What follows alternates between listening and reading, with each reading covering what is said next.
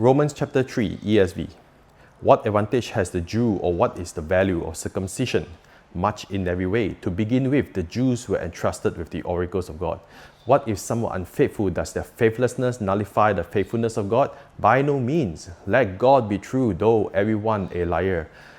But if our unrighteousness serves to show the righteousness of God, what shall we say? That God is unjust to inflict wrath on us? I speak in a human way. And if through my lie God's truth abound to his glory, why am I still being condemned as a sinner? Why not do evil that good may come, as some people slanderously charge us with saying, their condemnation is just. What then? Are we Jews any better off? No, not at all. For we have already charged that both Jews and Greek are under sin, as it is written, none is righteous, no, not one. No one understands. No one seeks for God. All have turned aside. Together they have become worthless. No one does good, not even one. Their throat is an open grave. They use their tongues to deceive. The venom of apes is under their lips. Their mouth is full of curses and bitterness. Their feet are swift to shed blood. In their path are ruin and misery, and the way of peace they have not known. There is no fear of God before their eyes.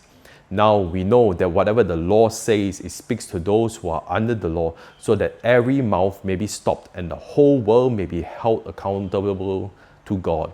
For by works of the law no human being will be justified in his sight, since through the law comes knowledge of sin. But now the righteousness of God had been manifested apart from works of the law. Although the law and the prophets bear witness to it, the righteousness of God through faith in Jesus Christ for all who believe.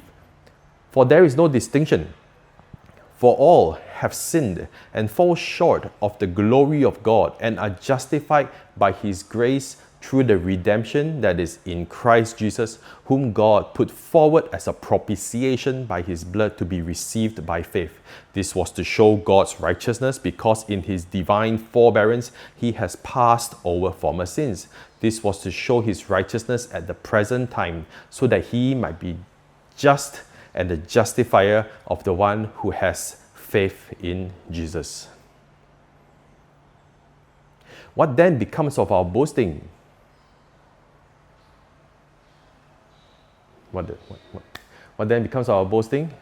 It is excluded. By what kind of law? By a law of works? No, but by the law of faith. For we hold that one is justified by faith apart from works of the law. Or, is God the God of Jews only? Is he not the God of Gentiles also?